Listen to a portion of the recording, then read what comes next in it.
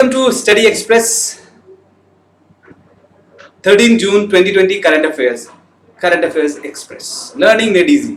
आज की ताजा खबर में हम लोग लेकर आए हैं 13 जून की कुछ इंपॉर्टेंट खबरें।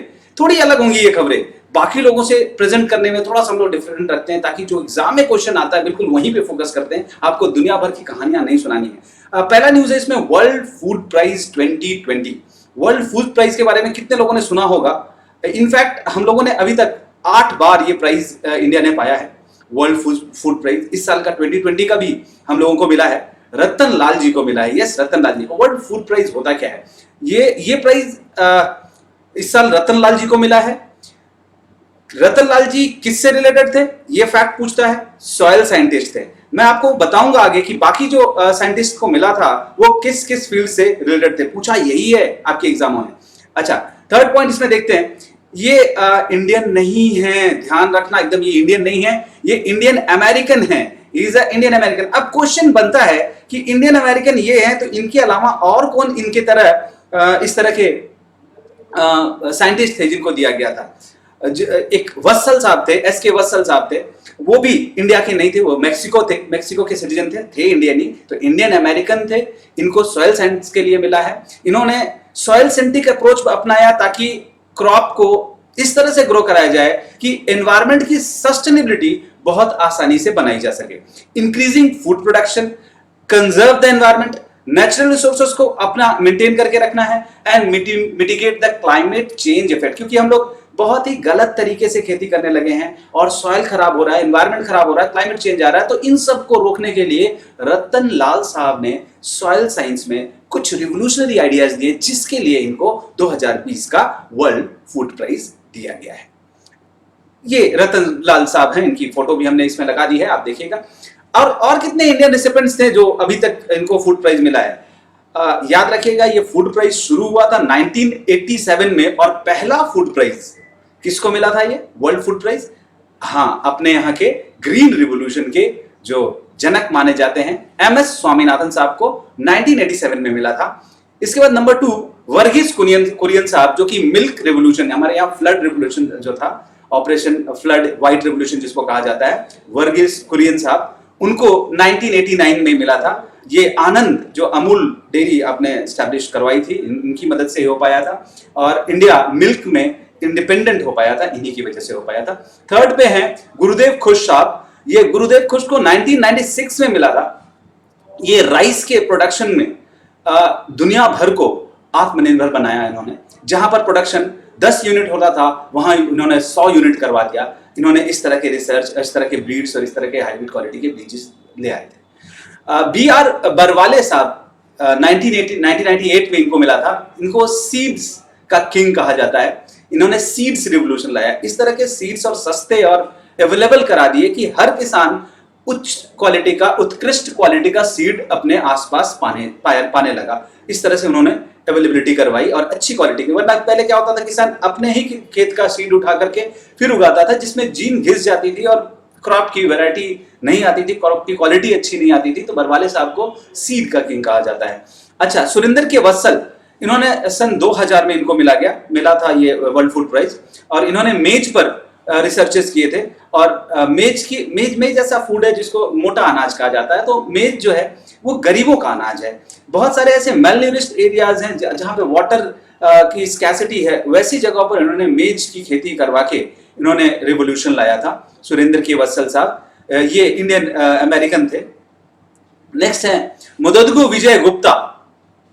मुदादुगु विजय गुप्ता, एम विजय गुप्ता, इनको 2005 में मिला था। ये इन्होंने फिशरीज में रिवोल्यूशन लाया था। इसके बाद संजय राजाराम को मिला था वीट के लिए, ये 7वें नंबर पर है संजय राजाराम 2014 में, और 8वें पर इस साल मिला रतन लाल जी को 2020 में एज अ सॉइल साइंटिस्ट। आगे चलते हैं, अगला। The world food prize recognises the achievement of individual who have advanced human development by improving the quality, quantity और quality of food in the world. मतलब कि जिन्होंने बहुत उत्कृष्ट कार्य किए हो खेती में, बहुत इंप्रूवमेंट लाया हो, डेवलपमेंट लाया हो, कुछ रिवोल्यूशनरी काम किया हो, उनको ये प्राइज दिया जाता है। तो रतन लाल साहब ने तो शायद इस तरह का कुछ रेवोल्यूशन जरूर किया है, जिस वजह से इनको प्राइज दिया गया है। It recognises contribution in any field involve in the world food supply, यानी फूड सप्लाई के क्षेत्र में चाहे आप फूड प्रोसेसिंग हो, पैकेजिंग हो, वाटर हो, एनवायरनमेंट हो, फिजिकल इंफ्रास्ट्रक्चर हो, इन सब में दिया जाता है ये prize. World food prize foundation देता है और ये बहुत सारी स्पॉन्सर कंपनियां हैं जो इसके साथ मिलकर के ये अवार्ड देती हैं। ठीक है, नेक्स्ट आते हैं हम अगले उस पे स्लाइड पे। The prize was conceived by, ये इंपॉर्टेंट है आपके लिए, ये प्राइज किसने कंसीव किया था? यार कितना मतलब अजीब होता है ना कि जिनसे हमने सीखा उन्हीं ने हमको प्राइज, उनके नाम का प्राइज मिल जाए। तो prize was conceived by doctor Norman E Borlaug. ये नोबेल प्राइज विनर है 1970 के, और इन्होंने ग्लोबल एग्रीकल्चर को रिवोल्यूशनराइज किया था। और इंडिया के नॉर्मन बोरलॉग एमएस स्वामीनाथन को कहा जाता है। ये प्राइज 86 में पहली बार क्रिएट किया गया और पहली बार अवार्ड एमएस स्वामीनाथन साहब को 1987 में मिला था, जो कि इंडिया के ग्रीन रेवोल्यूशन के जनक माने जाते हैं। नॉर्मन बोरलॉग वर्ल्ड के ग्रीन रेवोल्यूशन के जनक माने जाते हैं। उन्हीं के द्वारा ये शुरू किया गया था world food prize. The annual award is presented each year in the month of October. कब? अक्टूबर में दिया जाता है। Around UN world food day. World food day कब मनाया जाता है, ये क्वेश्चन पूछा जा सकता है आपसे। वो 16 अक्टूबर को मनाया जाता है, 16, और उसी दिन इसकी घोषणा भी की जाती है कि वर्ल्ड फूड प्राइज किसको दिया जाएगा। अच्छा, अगली news, railway stations to be classified on waste water output. हमारे यहाँ के रेलवे स्टेशन को अब क्लासिफाई किया जाएगा कि वहां से जो वेस्ट वाटर निकल रहा है उसका जो निकल रहा है उसका आउटपुट कहां जा रहा है, कैसे उसको मैनेज किया जा रहा है, इसके आधार पर रेटिंग या कैटेगरी डिवाइड की जाएगी। 3 कैटेगरी में बांटा गया है इसकी क्लासिफिकेशन को, रेड, ऑरेंज और ग्रीन। जैसे आपने देखा ना सिग्नल में, याद रखिएगा, रेड सिग्नल, ऑरेंज सिग्नल और ग्रीन सिग्नल। तो देखा जाए, रेड सिग्नल मतलब रेड का मतलब होता है, रेड का क्लासिफिकेशन वो है जहां पर 100 किलो लीटर पर डे से ज्यादा वेस्ट वाटर अगर किसी स्टेशन पर निकल रहा है तो वो रेड कैटेगरी में आएगा। अगर 100 से कम पर 10 KLD से ज्यादा, KLD मतलब किलो लीटर पर डे से ज्यादा हो रहा है, तब वो ऑरेंज कैटेगरी होगा। और अगर less than 10 KLD waste water कोई स्टेशन निकालता है तो उसको क्या कहा जाएगा, ग्रीन कैटेगरी में डाला जाएगा।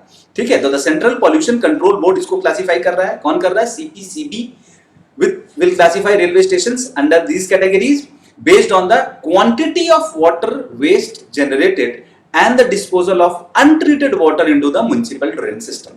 अगर वो ट्रीट करके उसको कहीं प्रोसेस कर रहा है वाटर को, तब तो वो ग्रीन में लाया जा सकता है। कितना वो अनट्रीटेड वाटर जनरेट कर रहा है और उसको म्युनिसिपल ड्रेन में फेंक रहा है, इसके आधार पर इनका क्लासिफिकेशन किया जाएगा। तो एक नई तरह की क्लासिफिकेशन है, इसको याद रखिएगा। अगला स्कीम है हमारा सहकारी मित्र स्कीम, सहकार मित्र स्कीम। इसी तरह का स्कीम अभी कुछ दिन पहले न्यूज में आया था, आप लोगों को ध्यान होगा शायद, मैं यहां लिख भी रहा हूं, अगर ध्यान नहीं आ रहा तो शायद अब याद होगा। ट्यूलिप, TULIP, ये इंटर्नशिप प्रोग्राम था एक तरीके का। क्या था कि हमारे जो इंजीनियरिंग ग्रेजुएट्स हैं या ग्रेजुएट्स हैं, उन लोगों को अपने गवर्नमेंट सेक्टर में, उन म्युनिसिपैलिटीज में, म्युनिसिपल कॉर्पोरेशंस में, PWD में, या यूं कहा जाए कि आपके स्मार्ट सिटी जो प्रोजेक्ट है, इन सब में उनको इंटर्नशिप दिया जाएगा। उसी तरह का इंटर्नशिप सहकार मित्र स्कीम में दिया जा रहा है। इसमें क्या किया जा रहा है कि it will help the cooperative institution access the innovative ideas of young professionals. आज कौन क्या आइडिया लेके आ जा रहा है, नोबडी नोज। तो इस स्टार्टअप के वर्ल्ड में, इनोवेशंस के वर्ल्ड में, आइडियाज के वर्ल्ड में, नॉलेज के वर्ल्ड में, या यूं कहें डेटा के वर्ल्ड में, किसके पास कौन सा डेटा किस तरह का प्रोसेस हो जाए, नोबडी नोज। तो कोऑपरेटिव इंस्टीट्यूशन इसका लाभ उठा सकते हैं कि जो यंग प्रोफेशनल्स हैं उनको इंटर्न्स के रूप में हायर कर सकते हैं, उनको भी एक्सपीरियंस मिल जाएगा और इनको भी एक्सेस मिल जाएगा नए आइडियाज का, जिनको वो समझेंगे कि वो अच्छा है, उसको रख भी सकते हैं। While the interns will gain experience of working in the field to be self reliant. The scheme is an initiative by National Cooperative Development Corporation, the Cooperative Sector Development Finance Organization। ये cooperative sector का एक finance organisation है, NCDC, ये organise कर रहा है ये initiative. Professional graduates in discipline such as, अब देखो एग्रीकल्चर के डिसिप्लिन से है कोई, या एलाइड है, एग्रीकल्चर से डेयरी वेरी से है, या IT से है, तो they will be eligible for this internship. उनको मिलेगा क्या, करेंगे क्या वो लोग? प्रोफेशनल्स हु आर परसुइंग और having completed there MBA degrees in agri business, cooperation, finance, international trade, forestry, rural development, project management, etc. will also be eligible. अब इनको दिया क्या जाएगा? Each intern will get financial support over a 4-month internship period. तो 4 महीने के लिए इनको स्टाइपेंड दिया जाएगा, वो उनका एक सपोर्ट भी होगा, उनको एक्सपीरियंस भी गेन करने का मौका मिलेगा। नेक्स्ट न्यूज हम लोग का है आईफ्लोज मुंबई से। आईफ्लोज मुंबई काफी चर्चा में रहा क्योंकि मुंबई बहुत अपने फ्लड से परेशान रहता है। आप पिक्चर में देख पा रहे होंगे किस तरह से DEST की बस डूबती नजर आ रही है यहाँ पे। तो आईफ्लोज में एक नया इनोवेशन किया गया कि कैसे फ्लड मैनेजमेंट किया जाए, फ्लड कंट्रोल किया जाए। तो IFLOWS Mumbai is the state of art integrated flood warning system for Mumbai, यानी वहां पे 2-3 दिन पहले ही इस तरह के फ्लड की वार्निंग आ जाएगी, तो उस तरह के प्रिकॉशंस लेकर के फ्लड को मैनेज किया जा सकता है। The IFLOWS Mumbai has been developed by, ये क्वेश्चन पूछा जा सकता है, कौन सी ministry? Ministry of earth sciences. कौन डेवलप किया है? Ministry of earth sciences. किसके रिक्वेस्ट पे? On the request of municipal corporation of greater Mumbai, MCGM, जो मुंबई कॉर्पोरेशन है, म्युनिसिपल कॉर्पोरेशन है, उसने रिक्वेस्ट किया था कि हमें इस तरह का एक कोई वार्निंग सिस्टम दिया जाए। तो वो वार्निंग सिस्टम डेवलप हुआ और ये वहां कारगर होता है, तो बहुत सारे और सिटीज में इसका अनुकरण, इसको फॉलो किया जा सकता है, इसको इंप्लीमेंट किया जा सकता है। ठीक है, इसके 7 मेन कंपोनेंट है आईफ्लो मुंबई के, बस इतना याद रखिएगा कि ये डाटा लेगा, डेटा को एसिमुलेट करेगा, डेटा एसिमुलेशन का काम करेगा, नंबर 1। नंबर 2, फ्लड मैनेज करेगा, इनंडेशन जो रेनफॉल होता है, रेनफॉल को मैनेज करेगा, वल्नरेबिलिटी, ये वल्नरेबिलिटी बताएगा कि कौन सा एरिया कितना वल्नरेबल है। उसके बाद ये रिस्क बताएगा कि वहां किस किस तरह का रिस्क हो सकता है। अगर कहीं पे कोई फैक्ट्री है, कहीं कोई ऐसा डूबने का खतरा है, या कहीं पे ऐसा स्कूल है, ये है, तो वो रिस्क बताएगा कि कहाँ पे कितना रिस्क है, वो वार्निंग देगा उसके लिए। और डिसेमिनेशन मॉड्यूल, डिसेमिनेशन मॉड्यूल मतलब वो जो भी इंफॉर्मेशन इसके पास रहेगी वो इंफॉर्मेशन लोगों तक या उन रिस्क एरिया तक, वल्नरेबल एरिया तक कैसे पहुंचाया जाए, जहां पर इनंडेशन ज्यादा हो रहा है, फ्लड ज्यादा हो रहा है, तो वो डेटा उसके पास रहेगा, एसिमुलेटेड रहेगा। उसके बाद वो डिसेमिनेट करेगा, वो डिसेमिनेशन मॉड्यूल उसको दिया हुआ रहेगा कि वो उस तरह से म्युनिसिपल कॉर्पोरेशन हर आदमी तक रीच आउट कर सके। और उसके बाद डिसीजन सपोर्ट सिस्टम, यानी वहां के डिस्ट्रिक्ट एडमिनिस्ट्रेशन के साथ मिलकर के किस तरह से डिसीजन सपोर्ट सिस्टम वहां डेवलप किया जाए, ये सारा काम इस आईफ्लो में इंटीग्रेटेड फॉर्म में है। ठीक है, इस तरह से ये flood warning and management system develop किया गया मुंबई सिटी के लिए। अगली न्यूज सोलर एनर्जी से है। सोलर एनर्जी में अभी एक बहुत बड़ा काम, एक बहुत बड़ा टेंडर था, उस बड़े टेंडर को किसके हाथ लगा है? अडानी ग्रुप के लगा है। किसके? अडानी ग्रुप। अडानी ग्रुप ने बहुत बड़ा टेंडर लेकर के अपने आप को इस समय इंडिया का नंबर 1 सोलर एनर्जी कंपनी बना रहे हैं। The state run renewable energy agency, जो SECI है स्टेट की, जिसको पहले कहा जाता था solar energy corporation of India, उसने अभी अवार्ड किया अडानी ग्रुप को रिन्यूएबल एनर्जी प्रोजेक्ट क्या बिल्ड करने को, 8 gigawatt solar power, huge amount, and 2 gigawatt additional solar cell, यानी 8 गीगावाट सोलर पावर प्लांट बनाएंगे वो लोग, और एडिशनल 2 गीगावाट का सोलर सेल मॉड्यूल बनाएंगे। एक ऐसे मैन्युफैक्चरिंग यूनिट बनाएंगे जहां पे सोलर सेल मॉड्यूल्स बनाए जाते हैं ओवर द नेक्स्ट 5 ईयर्स। तो इसमें बहुत सारी कंपनियां लगी हुई थी, पर ये अडानी को मिला। The development also helps Adani group to overtake ReNew Power. ये कंपनी पहले नंबर 1 कंपनी थी अपने देश की जो रिन्यूएबल एनर्जी में काम करती थी, नंबर 1 पे ReNew Power as the largest renewable player, as it will be managing a renewable portfolio with 15 gigawatt capacity compared with ReNew's 8.6 gigawatt. तो यानी रिन्यू एनर्जी कितना करती थी? 8.6 गीगावाट। लेकिन ये वाला टेंडर 8 गीगावाट का मिलने के बाद ये 7 गीगावाट से सीधे 15 गीगावाट पे पहुंच गई है ये कंपनी। तो ये नंबर 1 कंपनी हो गई solar renewable energy. 3rd number पर है एज्योर पावर, यानी पहले पे कौन आ गया है? अडानी AGEL, नंबर 2 पे है रिन्यू पावर, नंबर 3 पे है azure power. That will become the 3rd company in solar energy field. देखो सोलर एनर्जी में हम लोग बहुत ज्यादा एग्रेसिवली काम कर रहे हैं, क्योंकि हमने 2030 का टारगेट लिया हुआ है कि 2030 तक आते आते जो भी एनर्जी हमारे यहाँ प्रोड्यूस हो रही है उसका 40% हम सोलर एनर्जी या रिन्यूएबल एनर्जी, यूं कहें रिन्यूएबल एनर्जी से हम लोग उसको जनरेट करेंगे। तो ये एस्पिरेशनल टारगेट है, तो उसमें इस तरह की कंपनियां बहुत हेल्प कर रही हैं इंडिया को। नेक्स्ट आते हैं, the project which Adani green energy limited AGEL claims is the largest of its type, यानी इतना बड़ा सोलर प्रोजेक्ट आज तक किसी को नहीं मिला था। It will entail a single investment of 6 billion and is expected to create more than 4 lakhs direct and indirect job, यानी जॉब क्रिएशन भी होगा, इन्वेस्टमेंट भी होगा और आप रिन्यूएबल एनर्जी रिसोर्सेज का यूज भी कर पाएंगे, कार्बन एमिशन कम होगा। The solar cell and module manufacturing capacity of 2 gigawatt will be established by 2020। ये दूसरा जो इन्होंने प्रोजेक्ट लिया है 2 गीगावाट का एक मॉड्यूल मैन्युफैक्चरिंग सोलर सेल बनाने का, तो वो 2022 तक पूरा हो जाएगा। And along with the existing 1.3 gigawatt capacity will further consolidate the group's position in India's largest solar manufacturing facility. India has committed to produce 40% of its total energy requirement using renewable energy sources by 2030. The Adani Group is significant contributor towards this vision. ठीक है, ये solar energy, यानी हमने इन दोनों news में देखा कि बहुत छोटे में हम लोगों ने चीजों को इंश्योर कर लिया। अगला न्यूज आता है इंटरनेशनल एल्बिनिज्म अवेयरनेस डे। ये कब था? ये 13 जून को था, इंटरनेशनल एल्बिनिज्म अवेयरनेस डे। ये एल्बिनिज्म क्या होता है? कभी देखा है लोगों का वो बाल सफेद हो जाते हैं, स्किन पूरी व्हाइट हो जाती है, that is known as albinism. तो इसके अवेयरनेस के लिए 13 जून को ये डे मनाया जाता है, एल्बिनिज्म डे। तो देखा जाए कि इसमें क्या क्या इस बार हुआ। International albinism awareness day celebrated on June 13th। उसका थीम क्या था? Theme was made to shine. इसका थीम था made to shine.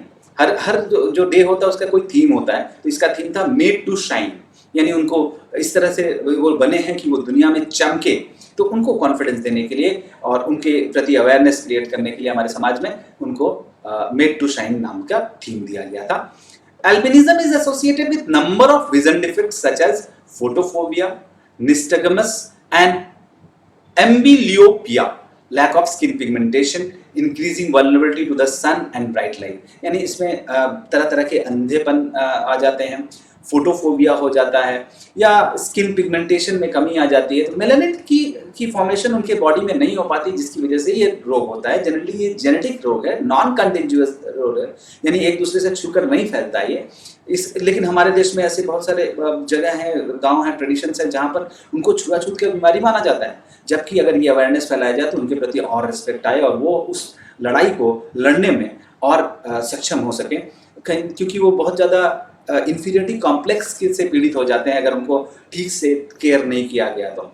Albinism is a congenital disorder. Congenital मतलब जो जन्म से होता है। कैसा होता है? जन्म से होता है, उसको कंजेनाइटल कहा जाता है। Characterised in human by the complete और पार्शियल एब्सेंस ऑफ पिगमेंटेशन, यानी मेलानिन की कमी, या तो कमी रहती है या पूरी तरह से एब्सेंस होती है in the skin, hair and eyes, उसको एल्बिनिज्म कहा जाता है। Albinism is associated with a number of vision defects such as nystagmus and जो हमने बताया। Lack of skin pigmentation increases vulnerability to the sun and bright light, यानी जब भी bright light आएगा उनको बहुत इरिटेशन होने लगती है। As a result, almost all people with albinism are visually impaired and are prone to developing skin cancer. उनकी आंख खराब रहती है और स्किन कैंसर होने के उनके बहुत ज़्यादा चांसेस रहते हैं।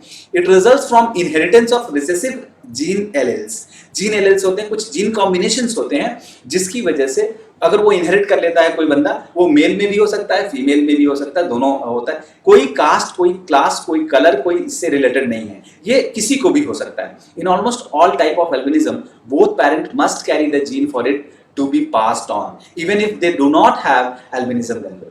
यानी कई मदर फादर को नहीं रहेगा पर उनके बच्चों को हो जाता है, क्योंकि वो मदर फादर कैरियर का काम करते हैं। लेकिन इसमें कंडीशन ये है कि मदर और फादर दोनों कैरियर के रूप में काम करें, तभी ये आगे कैरी हो पाता है।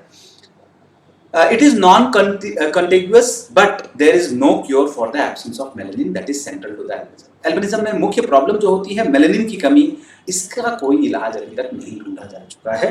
इन फ्यूचर ढूंढा जा सकता है, इतना साइंस आगे बढ़ रहा है, कुछ सब कुछ हो सकता है। तो आपके आसपास अगर कोई ऐसा एल्बिनो मिलता है, एल्बिनिज्म से पीड़ित बंदा मिलता है, तो please respect him, treat him very nicely. ठीक है, आगे चलते हैं। अगला है डारबुक शॉक दौलत बेग ओल्डी रोड। एक रोड बना है DSDBO रोड। ये रोड बहुत नाक में दम कर रखा है चाइना के। ये दौलत बेग ओल्डी के बारे में हम लोग पहले भी बात कर चुके हैं जब हम लोग कश्मीर की बात कर रहे थे। तो दौलत बेग ओल्डी वो जगह है जहां हमारा कब्जा है और वहां पर हाईएस्ट एयर स्ट्रिप बनाया है हम लोगों ने अपने सैनिकों को सामान पहुंचाने के लिए। ये रहा, आप देखिए एकदम से लद्दाख के नॉर्दर्न मोस्ट क्षेत्र में ये दौलत बेग ओल्डी बोल के जगह है, DBO कहा जाता है इसको। अब क्या किया गया है कि अब देखिए यहां से यहां पूरा ये अक्साई चीन का रीजन है। ये जो मैं मार्क कर रहा हूं ये अक्साई चीन का रीजन है। और ये जो दारबुक श्योक दौलत बेग ओल्डी रोड 255 किलोमीटर का ये रोड बन रहा है। ये देखिए, ये रोड जो मैंने ड्रॉ किया, ये रोड जो बन रहा है ये स्ट्रैटेजिकली बड़ा इंपॉर्टेंट है, यानी सैनिक सप्लाई या स्ट्रैटेजिक सप्लाई के लिए ये बहुत इंपॉर्टेंट है। और चाइना इससे बहुत ज्यादा खार खाया रहता है कि ये रोड आपने क्यों बनाया। तो ये अभी हाल फिलहाल में ये रोड बना, इस पर बहुत टफ टेरेन है। जब भी टफ टेरेन में कोई रोड बनाता है तो कौन बनाता है? बॉर्डर रोड ऑर्गेनाइजेशन, BRO बनाता है। ये हमारी गवर्नमेंट की PSU है, गवर्नमेंट बॉर्डर रोड ऑर्गेनाइजेशन, ठीक है। ये हमारे ट्रांसपोर्ट मिनिस्ट्री के अंदर में नहीं, ये डिफेंस मिनिस्ट्री के अंदर में काम करती है। Darbuk Shyok Daulat Beg Oldi DSDBO is the 255 kilometer long all-weather road built by India's BRO in eastern Ladakh. It runs almost parallel to the line of actual control. देख रहे हैं, एकदम से अक्साई चीन का जो लाइन है, जो line of actual control LAC कहा जाता है, उस LAC के एकदम पैरेलल ये रोड है। ये LAC का रीजन है और ये उसके पैरेलल वाली रोड है। तो यानी ये पूरा सैनिक से घेरा जा सकता है, जब चाहे तब हम लोग अक्साई चीन को घेर सकते हैं एक तरफ से।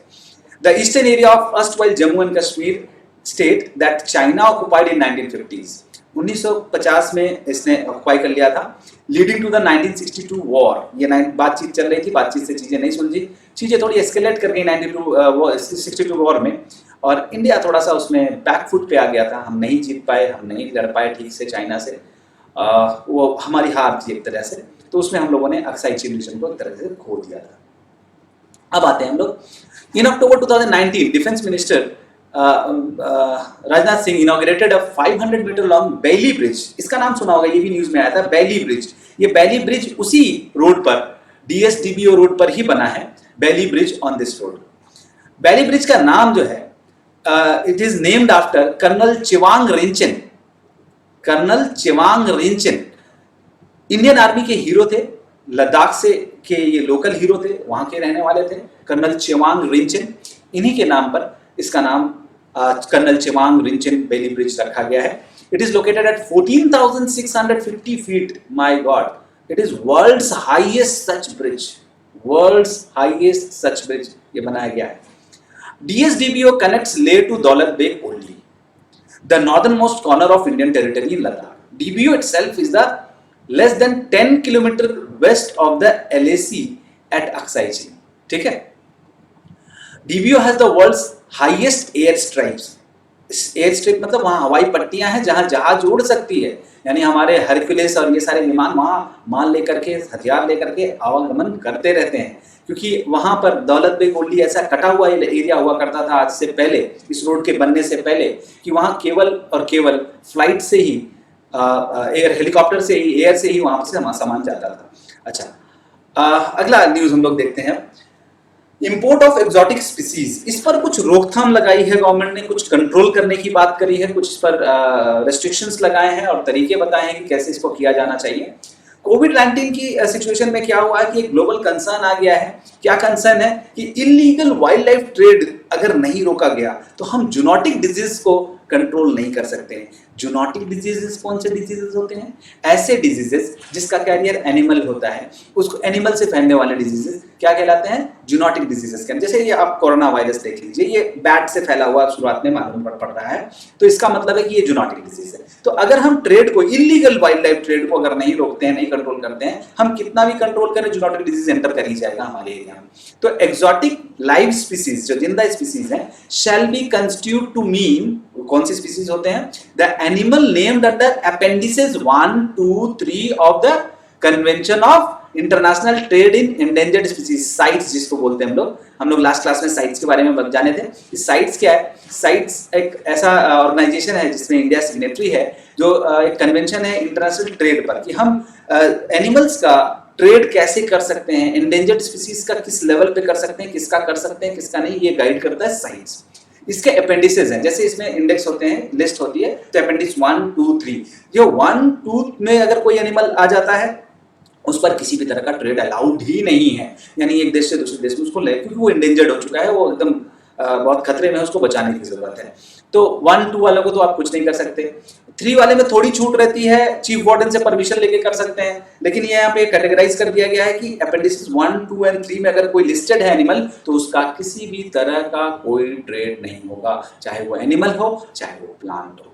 The advisory defines exotic life species as animal or plant species moved from their original range to a new one. मतलब एक जगह से जहां वो पैदा हुए, जहां वो रहते हैं, जो उनका अपना एंडेमिक क्षेत्र है, वहां से वो कहीं और जाएं, इसको कहते हैं एक्सोटिक लाइफ। ठीक है, species covered by the wild life act of 1972 cannot be traded. उसी तरह से हमारे देश में ऑलरेडी जो वाइल्ड लाइफ प्रोटेक्शन एक्ट 1972 में लाया गया था, WPA 1972, उसमें भी अगर लिस्ट, उसमें भी 6 लिस्ट है, schedule 1, schedule 2, schedule 3, schedule 4, schedule 5, schedule 6। उन शेड्यूल्स में अगर लिस्टेड है कोई एनिमल तो उसको भी आप किसी भी तरह से ट्रेड नहीं कर सकते हैं। People importing exotic life species, जैसे पंगेशियन फिशेज मंगा रहे हैं आप, तो एक्सोटिक लाइफ स्पीसीज है, अब वो बिना परमिशन के नहीं आया सकता, will have to make a voluntary disclosure, आपको वो डिस्क्लोजर करना पड़ेगा। किसको डिस्क्लोजर करेंगे आप? चीफ वाइल्ड लाइफ वार्डन को, CWLW जो है उस स्टेट के, उस राज्य के, उनको जाके बताएंगे कि हम इस तरह की चीज मंगाना चाह रहे हैं विदेश से। अगर वो परमिशन करते हैं, नो ऑब्जेक्शन सर्टिफिकेशन देते हैं आपको, तभी आप इस तरह के एक्सोटिक लाइव्स को ले आ सकते हैं, अदरवाइज नहीं ला सकते हैं। ठीक है, for existing species stocks shall be declared by the owner holder to the chief wild life warden. अगर आपके पास इस तरह का एक्सोटिक स्पीसीज है, भाई ये तो गवर्नमेंट को पता नहीं है, तो आपको क्या करना होगा? आपको जाके ये बताना होगा चीफ वाइल्ड लाइफ वार्डन को कि हमारे पास इतने ऑलरेडी एक्सोटिक स्पीसीज हैं। It will create a process where all imports will be screened. As of now, the imports are being made through the Director General of Foreign Trade. अभी तक क्या करते थे? DGFT जो है ना, Director General of Foreign Trade, यही इसको गाइड करते थे, लेकिन अब इसमें स्टेट के फॉरेस्ट डिपार्टमेंट को इंक्लूड कर दिया गया है। मतलब chief warden, chief wild life warden, इनको इंक्लूड कर दिया गया है कि अब डीजीएफटी के साथ साथ आपको एक और परमिशन लेना होगा, कहां से? स्टेट फॉरेस्ट डिपार्टमेंट से, उनसे एनओसी मिल जाएगी तो आप इसको ला सकते हैं। Several exotic species of birds, reptiles, small mammals, fishes and even some plants are imported. हर साल हम इंपोर्ट करते रहते हैं, इंपोर्ट करना हमारी मजबूरी है। इसी के साथ थैंक यू आज के लिए, काफी इंपॉर्टेंट न्यूज थी ये, हमें उम्मीद है कि इसमें से कुछ एग्जामों में क्वेश्चन जरूर आएगा। Thank you for watching study express learning made easy. मिलते हैं नेक्स्ट क्लास में। Thank you so much.